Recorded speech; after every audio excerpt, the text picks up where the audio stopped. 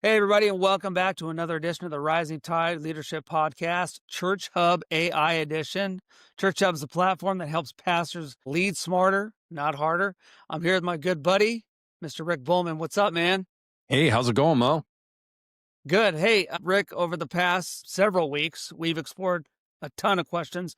Future of the church, will AI replace a pastor, hybrid ministry?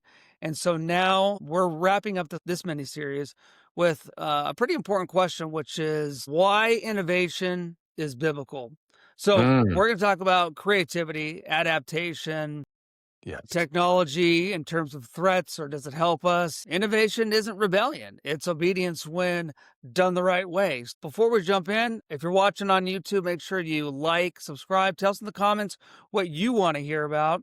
And Rick and I will hit those. We're just ramping it up here. So we're excited. So Rick, I want to start here. When people hear the word innovation, they often think business. They're not really thinking about the Bible. So let's start there. Why is innovation biblical? That's a great question. Innovation, think of it this way, innovation starts with God. The very first verse in scripture says, in the beginning, God what? Created, right? So creativity isn't something we invented. It's part of his nature. And because we're made in his image, it's part of ours. So when we innovate, we're not trying to be trendy. We're reflecting our creator. Yeah, I like that. I mean, everything really does start there. So, Mhm. yeah, and I How we're mean, really, wired. yeah, it really is. And for pastors out there, I'm always looking for creative ideas for ministry experiments that you're doing at your church. All the good stuff. If you got something, drop it in the comments. Love to hear it. Rick, can you give maybe a couple examples from Scripture where innovation actually pushed God's mission forward? Absolutely. My favorite one is Noah. I mean, God gave him blueprints for something the world has never seen, a big old ark in the Yeah. middle of the desert. Moses, he built a tabernacle with specific designs that symbolized God's presence, and he did it in a portable way. Like you had to move it. Paul, he used roads and letters to spread the gospel farther than he can ever travel. So each of those moments was actually innovation. Yeah. So if innovation is biblical, why does Mhm. it still make some pastors nervous? Because here it is. You ready, Mo? I'm ready. Innovation challenges comfort. Every time God does something new, it threatens old habits. And for pastors, change feels risky. What if it fails? What if people don't like it? Been there, done that. I'm not mocking them. I'm mocking myself because Yeah. trust me, I've had those thoughts and feelings. Faith has always required risk. So, fear of innovation is often fear of losing control, fear of losing tradition, fear of losing familiarity. But the irony is staying the same can be a bigger risk than stepping forward. So tell me about the difference between innovation and imitation. That's actually an important distinction. Imitation says, let's do what everyone else is doing because it works. Innovation says, what is God doing right here, right now? So think of it this way, innovation listens vertically, but imitation looks horizontally. One is led by the spirit, the other one is what you would probably call social proof. So the real test of innovation is whether it aligns with God's direction for your specific assignment in that season. Yeah, I think that's really hard too because what's the old saying? Imitation is the most sincerest A form form of of flattery. flattery. Yeah, yeah. And, a church, usually like a big church or something, will put out a new curriculum or something, and everybody jumps on it and says, this is great. But then you realize it really doesn't fit your culture because No. it's not cookie cutter. So I'd be interested to hear from churches, from pastors, what's something that you stopped using because it looked great on the surface and it probably was a great program, for instance, but it just didn't fit your culture. And Mo, can I just say on that, I think that, and I'm guilty, totally guilty, that when We all we are. do that and when I've done that, like, oh, that's working for that big church. And so it's got to work for my smaller church. What I'm doing is In that moment, I'm outsourcing responsibility to hear from God for my church because that pastor, let's just assume they sought the Lord to build that curriculum for that church in that season. But we didn't. We just looked. And so it's like we're outsourcing the responsibility of trying to hear from God for our local church and the need for today. So we just grab what we think works. And we should never do that. Yeah, I'd like to ask you about innovation in terms of truth. There's some people out there that when they hear the word innovation, they think it means, man, I have to compromise truth. Yeah. How do you respond to that? That's a big misconception. I would say the gospel never changes, but the way we deliver it must. So, I mean, you can read about it. Jesus never altered truth to fit the culture. But he used stories, he used symbols and settings that connected with people right where they were. So innovation is about methods, not message. So we can use new tools to still protect the timeless truth of the gospel. Yeah, well, then what happens when innovation goes too far? It feels more like a gimmick than a Sure. gospel tool. What do you do then? That's where discernment comes in.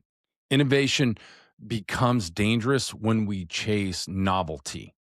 If a new method draws attention to the tool instead of the truth, we've missed the point. But if it helps us reach more people, like, with clarity and care, that's good stewardship. So, listen, I would say it's not about being the first to do something, it's about being faithful with what God gives you to do. You've said before that the church has always innovated. So I want to be an innovative church. So unpack that for me a little bit. Sure, I would say the church was built on innovation. Early believers, they gathered in homes when the temples were off limits. I can think, what do we do? Let's meet in someone's house. Let's Yeah. go to Bob's. Okay, we're doing that. That's innovative. The printing press made the Bible accessible to the average person. Yeah. You have radio and TV. It carries the gospel across the world. And then you have live stream and podcasts. Those were all innovative tools. And yes, even AI, they're all tools. They're all innovation. They're just the next chapter in the story. So think of it this way. We don't innovate to stay relevant. We innovate to stay obedient, which is reach the people for the gospel, spread it. Yeah. I think obedient innovation is something that's important. And I mean, anything that happens can be used for good or be used for bad. It's really the way Absolutely. that we use it. So when, cell phones came out and people said, well, I'm not going to carry a cell phone because now it's attached to my hip and Mhm. people can, well, either get on the train or don't, but you're probably gonna need it. I'm sure people who were using spreadsheets when the computer came along, I don't know very many people who use actual, paper ledgers now. I'm sure there's if you use a paper ledger out there, I wanna know about it because I know you exist. But, Well, you're probably, like, in the Guinness Book of World's Record for age, I would think. I mean, like, that's just but I don't know, I'm just teasing. dude, well, my mom used to keep a check register back in the day. Sure, yeah, And her check register was always on point. And yes. for those who are younger, who've never used a check register, man, like, that takes I had to do obedience it. because Yep, right? And you'd write a check and the funds would still be in your account, but you had to account for them being gone, and so you had yep, to reconcile that at the end of the month. Now you just yep, go into QuickBooks or Intuit or whatever it is, yeah, and you click reconcile, and it reconciles everything for you. Um, yep, but but that's what we're talking about, and churches need to be doing the same thing. Rick, I've been talking to pastors over the last several months, especially since we've been doing our podcast, and they really struggle with using AI, mhm, and and and they want to use it. They want to use it correctly. They want to be obedient. They want to be innovative, but it's hard to find that balance. You know what I'm saying? mhm, mhm. Yeah, you're trying to navigate, innovation without losing theological grounding. Yeah, There absolutely. That's a big thing, and so, like, I met this 31-year-old kid on Saturday, and I think we can when you're in your 50s, you can call a 31-year-old a kid, so I'm gonna go Absolutely. with that. He's the same age as my son, and he's a pilot, and he Right. flies privately owned jets. He's flying a Falcon 900. Never even knew that that existed until Saturday. And we were talking about, so I started asking him all these questions, and he says, I fly, with instruments and then instinct. And I think the same is true for us as pastors. When we navigate or fly through theology with innovation, through theology with innovation, we need instruments and instinct. Instruments are scripture and sound doctrine. They keep you aligned. Your instinct is your discernment. You're sensing where God is moving. And so what you do is you join him there. And when we use both, innovation stays healthy. The danger is when you fly with one and ignore the other. Man, I love it. And I wish I knew how to fly. So when he gets his license, will he be able to fly a prop plane, like so that you can go, like he could give you guys a ride? Like, Well, will no, he be he able to do that? currently flies a Falcon 900. So that's a jet.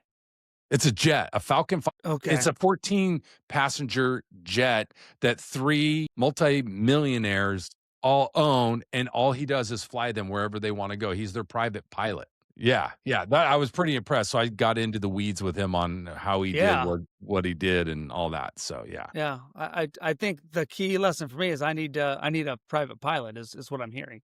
yeah. Rick, I like to get practical for our audience. How could pastors foster a culture of innovation on their teams? Yeah, I would say start by celebrate experiments, not just results. So give your staff, your people permission to try, give them permission to fail, give them permission to, like, it's a safe place if you fail. You tried something new. I applaud that. Give them permission to learn and improve. And the safest place to innovate, I mean, it should be the church because we're called to walk by faith and it takes faith to innovate. So this is where like tools like Church Hub AI can come in and help because it simplifies structures so pastors and teams can have margin so they can be creative again. And so I would say when leaders stop micromanaging the mechanics, creativity starts to flow. Yeah, I'd love to hear from our pastors listening. What's a Yeah. creative idea maybe that you've seen work in your church this year that you could share with Mhm. others that maybe they could use? Rick, before we go, let's wrap it up. What's the bottom line? Why does innovation matter so much for the church right now? Because innovation keeps the mission moving. God never called us to preserve methods. He called us to proclaim the gospel, this wonderful message. And innovation honors the past, but builds for the future. Innovation is how we make sure the gospel is heard by every generation, not just remembered by the last one. So I would say don't fear innovation, but redeem it. Yeah.